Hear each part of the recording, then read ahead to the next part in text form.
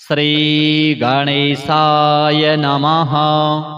अथ श्री दारिद्र्यदहन शिव स्तोत्र। विश्वेश्वराय नरकार्णवतारणाय कर्णामृताय शशिशेखरधारणाय कर्पूरकान्तिधवलाय जटाधराय दारिद्र्यदुःखदहनाय नमः शिवाय। गौरीप्रियाय रजनीशकलाधराय कालान्तकाय भुजगाधिपकङ्कणाय गङ्गाधराय गजराजविमर्दनाय दारिद्र्यदुःखदहनाय नमः शिवाय। भक्तिप्रियाय भवरोगभयापहाय उग्राय दुर्गभवसागरतारणाय ज्योतिर्मयाय गुणनामसुनृत्यकाय दारिद्र्यदुःखदहनाय नमः शिवाय। चर्माम्बराय शवभस्मविलेपनाय भालेक्षणाय मणिकुण्डलमण्डिताय मञ्जीरपादयुगलाय जटाधराय दारिद्र्यदुःखदहनाय नमः शिवाय। पञ्चाननाय फणिराजविभूषणाय हेमांशुकाय भुवनत्रयमण्डिताय आनन्दभूमिवरदाय तमोमयाय दारिद्र्यदुःखदहनाय नमः शिवाय। भानुप्रियाय भवसागरतारणाय कालान्तकाय कमलासनपूजिताय नेत्रत्रयाय शुभलक्षणलक्षिताय दारिद्र्यदुःखदहनाय नमः शिवाय। रामप्रियाय रघुनाथवरप्रदाय नागप्रियाय नरकार्णवतारणाय पुण्येषु पुण्यभरिताय सुरार्चिताय दारिद्र्यदुःखदहनाय नमः शिवाय। मुक्तेश्वराय फलदाय गणेश्वराय गीतप्रियाय वृषभेश्वरवाहनाय मातङ्गचर्मवसनाय महेश्वराय दारिद्र्यदुःखदहनाय नमः शिवाय। वसिष्ठेन कृतं स्तोत्रं सर्वरोगनिवारणं सर्वसम्पत्करं शीघ्रं पुत्रपौत्रादिवर्धनं त्रिसन्ध्यं यः पठेन्नित्यं स हि स्वर्गमवाप्नुयात्।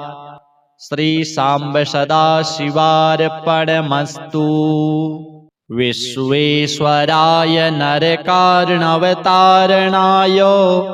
कर्णामृताय शशिशेखरधारणाय कर्पूरकान्तिधवलाय जटाधराय दारिद्र्यदुःखदहनाय नमः शिवाय। गौरीप्रियाय रजनीशकलाधराय कालान्तकाय भुजगाधिपकङ्कणाय गङ्गाधराय गजराजविमर्दनाय दारिद्र्यदुःखदहनाय नमः शिवाय। भक्तिप्रियाय भवरोगभयापहाय उग्राय दुर्गभवसागरतारणाय ज्योतिर्मयाय गुणनामसुनृत्यकाय दारिद्र्यदुःखदहनाय नमः शिवाय। चर्माम्बराय शवभस्मविलेपनाय भालेक्षणाय मणिकुण्डलमण्डिताय मञ्जीरपादयुगलाय जटाधराय दारिद्र्यदुःखदहनाय नमः शिवाय पञ्चाननाय फणिराजविभूषणाय हेमांशुकाय भुवनत्रयमण्डिताय आनन्दभूमिवरदाय तमोमयाय दारिद्र्यदुःखदहनाय नमः शिवाय भानुप्रियाय भवसागरतारणाय कालान्तकाय कमलासनपूजिताय नेत्रत्रयाय शुभलक्षणलक्षिताय दारिद्र्यदुःखदहनाय नमः शिवाय रामप्रियाय रघुनाथवरप्रदाय नागप्रियाय नरकार्णवतारणाय पुण्येषु पुण्यभरिताय सुरार्चिताय दारिद्र्यदुःखदहनाय नमः शिवाय मुक्तेश्वराय फलदाय गणेश्वराय गीतप्रियाय वृषभेश्वरवाहनाय मातङ्गचर्मवसनाय महेश्वराय दारिद्र्यदुःखदहनाय नमः शिवाय वसिष्ठेन कृतं स्तोत्रं सर्वरोगनिवारणं सर्वसम्पत्करं शीघ्रं पुत्रपौत्रादिवर्धनं त्रिसन्ध्यं यः पठेन्नित्यं स हि स्वर्गमवाप्नुयात्। श्रीशाम्ब सदाशिवार्पणमस्तु। विश्वेश्वराय नरकार्णवतारणाय कर्णामृताय शशिशेखरधारणाय कर्पूरकान्तिधवलाय जटाधराय दारिद्र्यदुःखदहनाय नमः शिवाय गौरीप्रियाय रजनीशकलाधराय कालान्तकाय भुजगाधिपकङ्कणाय गङ्गाधराय गजराजविमर्दनाय दारिद्र्यदुःखदहनाय नमः शिवाय भक्तिप्रियाय भवरोगभयापहाय उग्राय दुर्गभवसागरतारणाय ज्योतिर्मयाय गुणनामसुनृत्यकाय दारिद्र्यदुःखदहनाय नमः शिवाय चर्माम्बराय शवभस्मविलेपनाय भालेक्षणाय मणिकुण्डलमण्डिताय मञ्जीरपादयुगलाय जटाधराय दारिद्र्यदुःखदहनाय नमः शिवाय पञ्चाननाय फणिराजविभूषणाय हेमांशुकाय भुवनत्रयमण्डिताय आनन्दभूमिवरदाय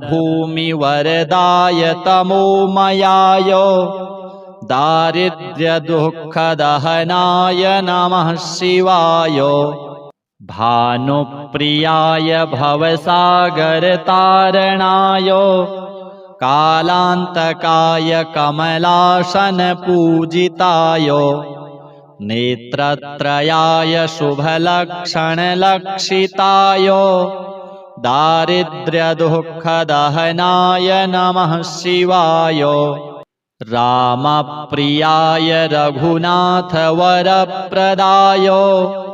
नागप्रियाय नरकार्णवतारणाय पुण्येषु पुण्यभरिताय सुरार्चिताय दारिद्र्यदुःखदहनाय नमः शिवाय मुक्तेश्वराय फलदाय गणेश्वराय गीतप्रियाय वृषभेश्वरवाहनाय मातङ्गचर्मवसनाय महेश्वराय दारिद्र्यदुःखदहनाय नमः शिवाय।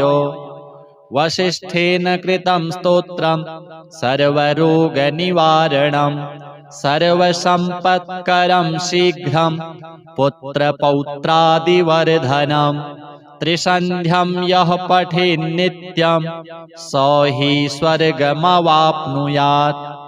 श्रीशाम्ब सदाशिवार्पणमस्तु। विश्वेश्वराय नरकार्णवतारणाय कर्णामृताय शशिशेखरधारणाय कर्पूरकान्तिधवलाय जटाधराय दारिद्र्यदुःखदहनाय नमः शिवाय। गौरीप्रियाय रजनीशकलाधराय कालान्तकाय भुजगाधिपकङ्कणाय गङ्गाधराय गजराजविमर्दनाय दारिद्र्यदुःखदहनाय नमः शिवाय।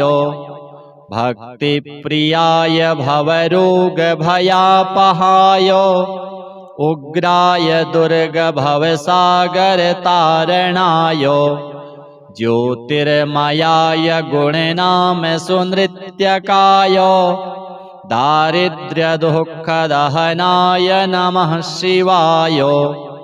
चर्माम्बराय शवभस्मविलेपनाय भालेक्षणाय मणिकुण्डलमण्डिताय मञ्जीरपादयुगलाय जटाधराय दारिद्र्यदुःखदहनाय नमः शिवाय। पञ्चाननाय फणिराजविभूषणाय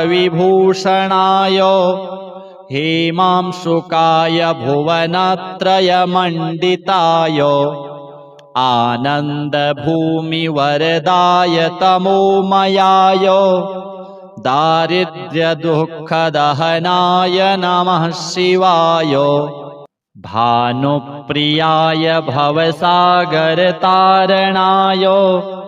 कालान्तकाय कमलासनपूजिताय नेत्रत्रयाय शुभलक्षणलक्षिताय दारिद्र्यदुःखदहनाय नमः शिवाय। रामप्रियाय रघुनाथवरप्रदाय नागप्रियाय नरकार्णवतारणाय पुण्येषु पुण्यभरिताय सुरार्चिताय दारिद्र्यदुःखदहनाय नमः शिवाय। मुक्तेश्वराय फलदाय गणेश्वराय गीतप्रियाय वृषभेश्वरवाहनाय मातङ्गचर्मवसनाय महेश्वराय दारिद्र्यदुःखदहनाय नमः शिवाय। वसिष्ठेन कृतं स्तोत्रं सर्वरोगनिवारणं सर्वसम्पत्करं शीघ्रं पुत्रपौत्रादिवर्धनं त्रिसन्ध्यं यः पठेन्नित्यं स हि स्वर्गमवाप्नुयात्। श्रीशाम्ब सदाशिवार्पणमस्तु। विश्वेश्वराय नरकार्णवतारणाय कर्णामृताय शशिशेखरधारणाय कर्पूरकान्तिधवलाय जटाधराय दारिद्र्यदुःखदहनाय नमः शिवाय।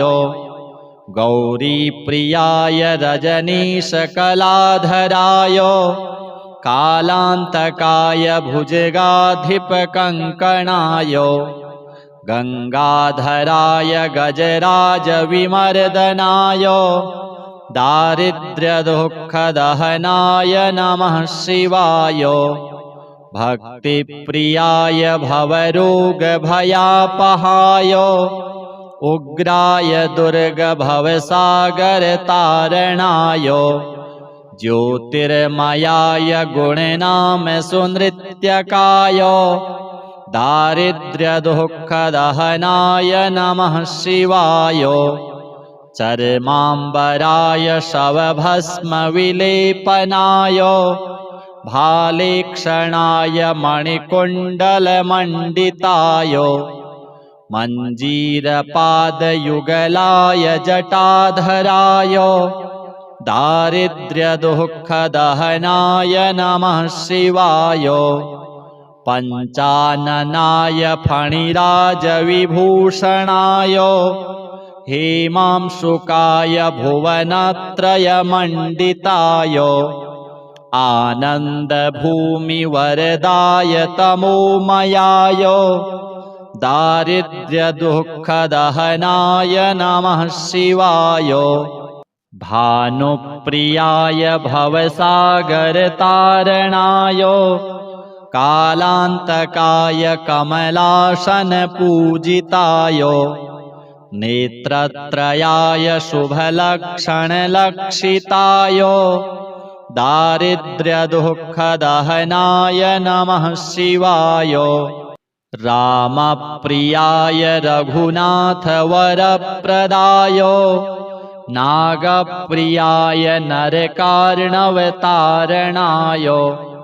पुण्येषु पुण्यभरिताय सुरार्चिताय दारिद्र्यदुःखदहनाय नमः शिवाय मुक्तेश्वराय फलदाय गणेश्वराय गीतप्रियाय वृषभेश्वरवाहनाय मातङ्गचर्मवसनाय महेश्वराय दारिद्र्यदुःखदहनाय नमः शिवाय वसिष्ठेन कृतं स्तोत्रं सर्वरोगनिवारणं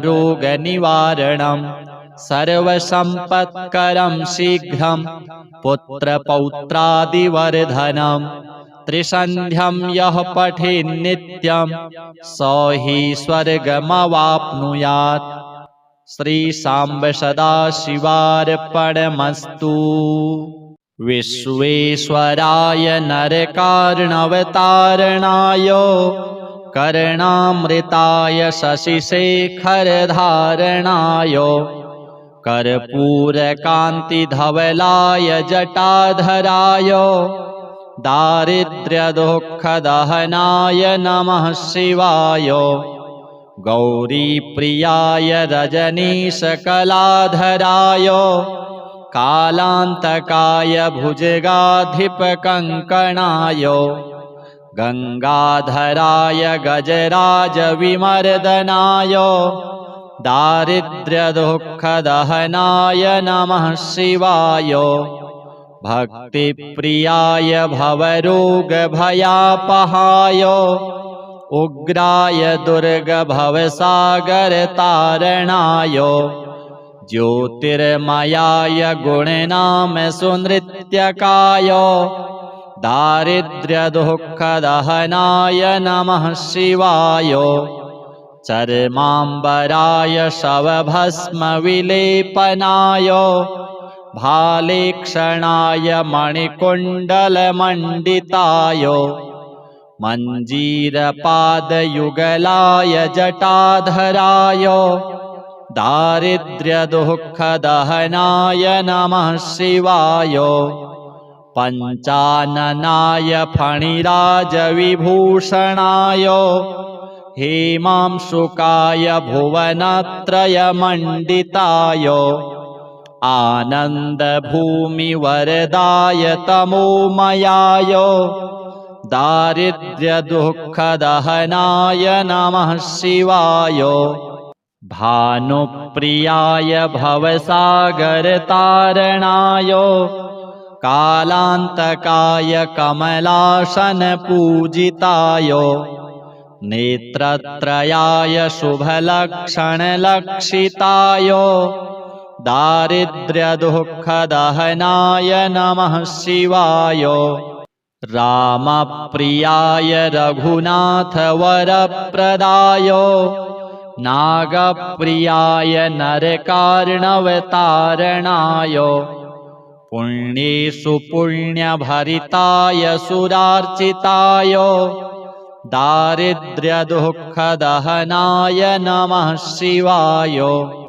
मुक्तेश्वराय फलदाय गणेश्वराय गीतप्रियाय वृषभेश्वर वाहनाय मातङ्गचर्मवसनाय महेश्वराय दारिद्र्यदुःखदहनाय नमः शिवाय।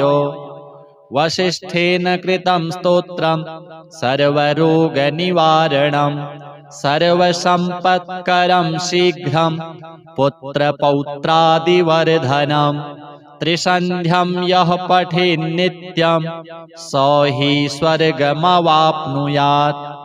श्रीशाम्ब सदाशिवार्पणमस्तु। विश्वेश्वराय नरकार्णवतारणाय कर्णामृताय शशिशेखरधारणाय कर्पूरकान्तिधवलाय जटाधराय दारिद्र्यदुःखदहनाय नमः शिवाय। गौरीप्रियाय रजनीशकलाधराय कालान्तकाय भुजगाधिपकङ्कणाय गङ्गाधराय गजराजविमर्दनाय दारिद्र्यदुःखदहनाय नमः शिवाय। भक्तिप्रियाय भवरोगभयापहाय उग्राय दुर्गभवसागरतारणाय ज्योतिर्मयाय गुणनाम सुनृत्यकाय दारिद्र्यदुःखदहनाय नमः शिवाय। चर्माम्बराय शवभस्मविलेपनाय भालेक्षणाय मणिकुण्डलमण्डिताय मञ्जीरपादयुगलाय जटाधराय दारिद्र्यदुःखदहनाय नमः शिवाय। पञ्चाननाय फणिराजविभूषणाय हेमांशुकाय भुवनत्रयमण्डिताय आनन्दभूमिवरदाय तमोमयाय दारिद्र्यदुःखदहनाय नमः शिवाय। भानुप्रियाय भवसागरतारणाय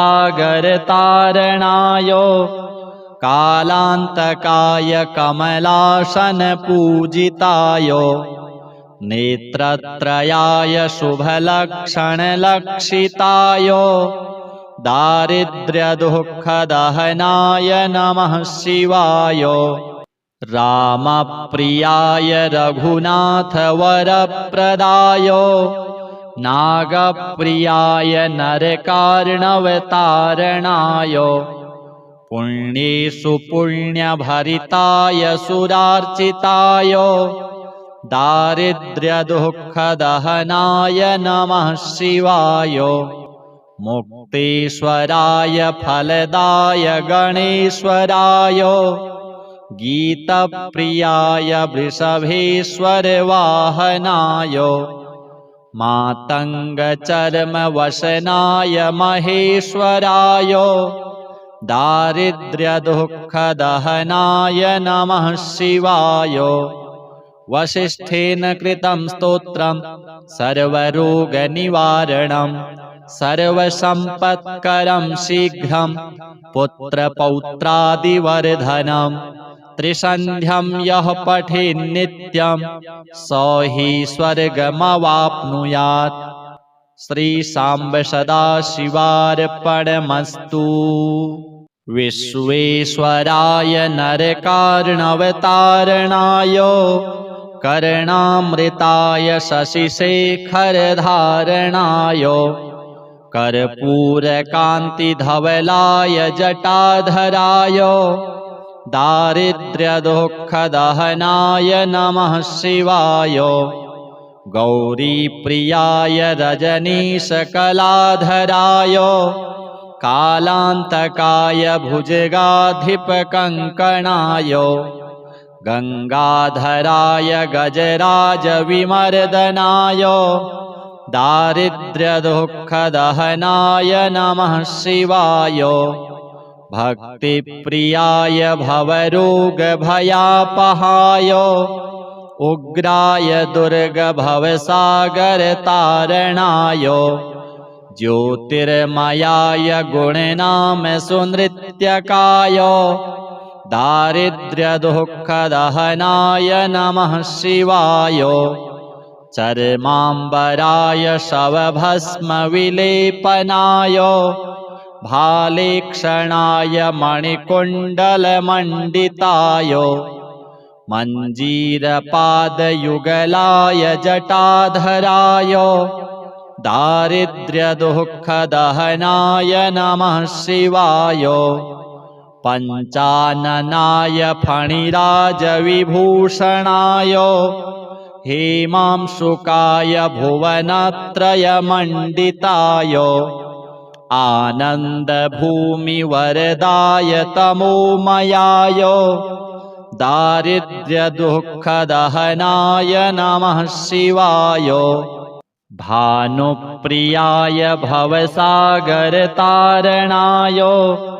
कालान्तकाय कमलासनपूजिताय नेत्रत्रयाय शुभलक्षणलक्षिताय दारिद्र्यदुःखदहनाय नमः शिवाय रामप्रियाय रघुनाथवरप्रदाय नागप्रियाय नरकार्णवतारणाय पुण्येषु पुण्यभरिताय सुरार्चिताय दारिद्र्यदुःखदहनाय नमः शिवाय मुक्तेश्वराय फलदाय गणेश्वराय गीतप्रियाय वृषभेश्वरवाहनाय मातङ्गचर्मवसनाय महेश्वराय दारिद्र्यदुःखदहनाय नमः शिवाय वसिष्ठेन कृतं स्तोत्रं सर्वरोगनिवारणं सर्वसम्पत्करं शीघ्रं पुत्रपौत्रादिवर्धनं त्रिसन्ध्यं यः पठेन्नित्यं स हि स्वर्गमवाप्नुयात्। श्रीसाम्ब सदाशिवार्पणमस्तु। विश्वेश्वराय नरकार्णवतारणाय कर्णामृताय शशिशेखरधारणाय कर्पूरकान्तिधवलाय जटाधराय दारिद्र्यदुःखदहनाय नमः शिवाय गौरीप्रियाय रजनीशकलाधराय कालान्तकाय भुजगाधिपकङ्कणाय गङ्गाधराय गजराजविमर्दनाय दारिद्र्यदुःखदहनाय नमः शिवाय भक्तिप्रियाय भवरोगभयापहाय उग्राय दुर्गभवसागरतारणाय ज्योतिर्मयाय गुणनाम सुनृत्यकाय दारिद्र्यदुःखदहनाय नमः शिवाय चर्माम्बराय शवभस्मविलेपनाय भालेक्षणाय मणिकुण्डलमण्डिताय मञ्जीरपादयुगलाय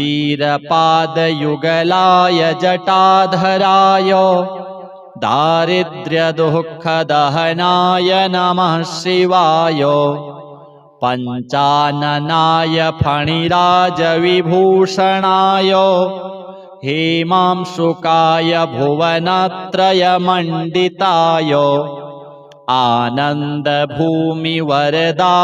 तमोमयाय दारिद्र्यदुःखदहनाय नमः शिवाय भानुप्रियाय भवसागरतारणाय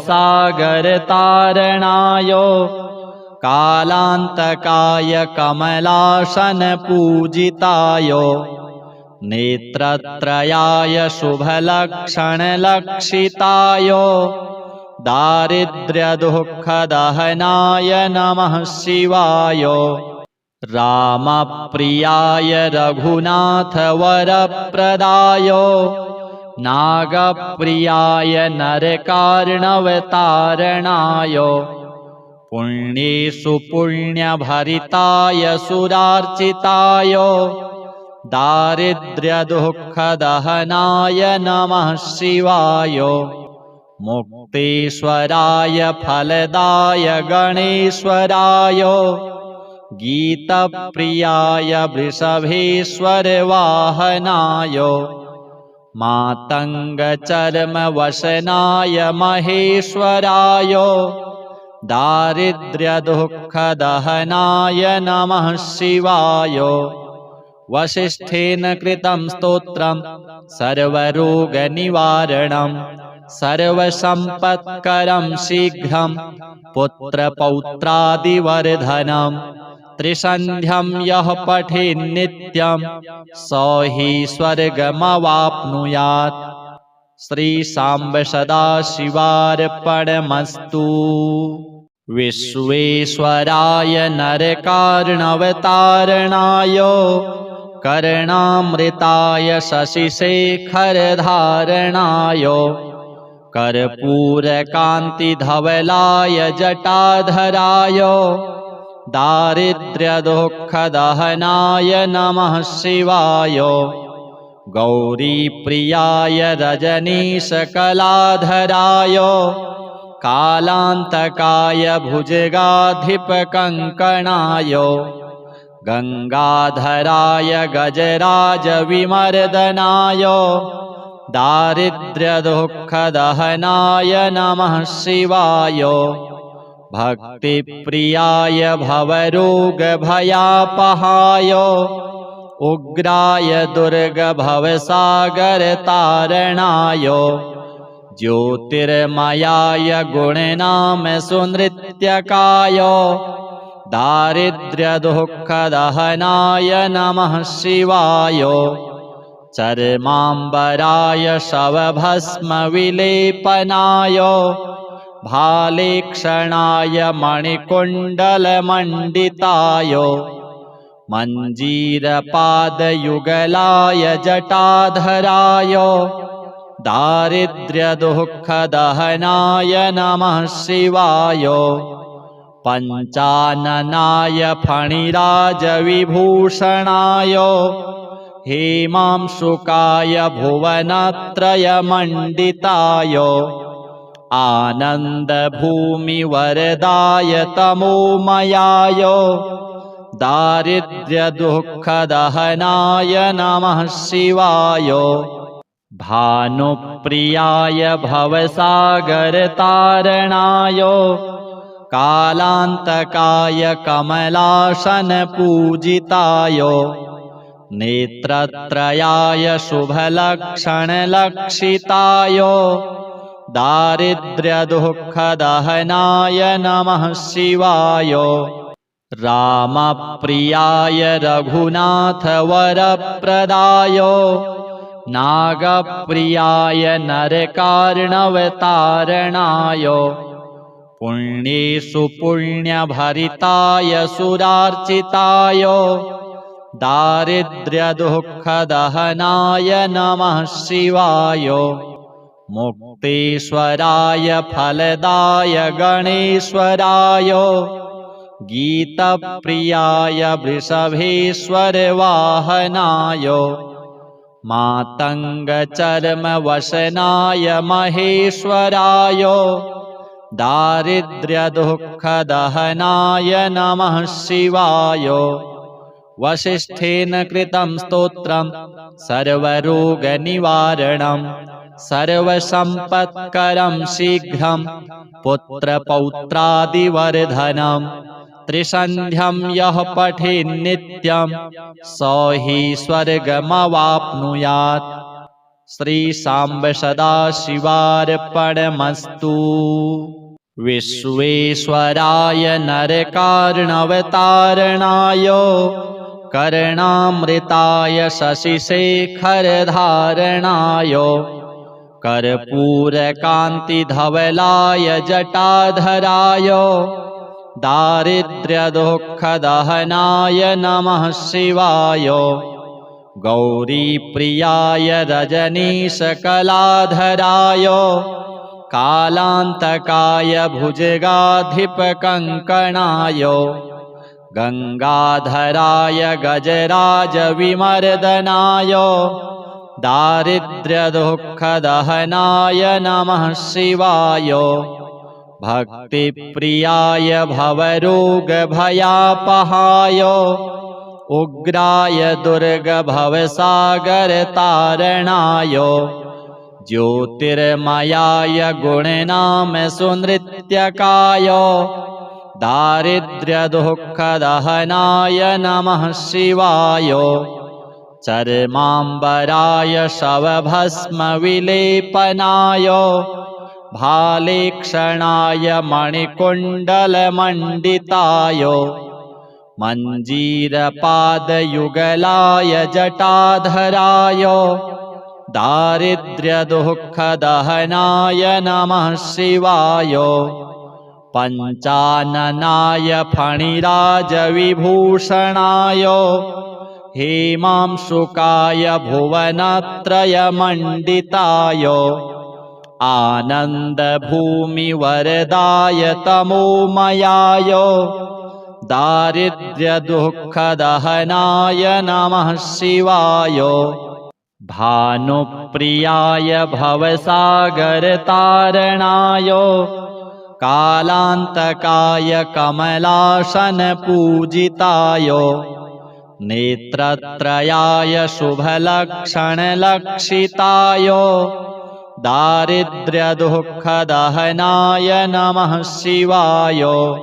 रामप्रियाय रघुनाथवरप्रदाय नागप्रियाय नरकार्णवतारणाय पुण्येषु पुण्यभरिताय सुरार्चिताय दारिद्र्यदुःखदहनाय नमः शिवाय।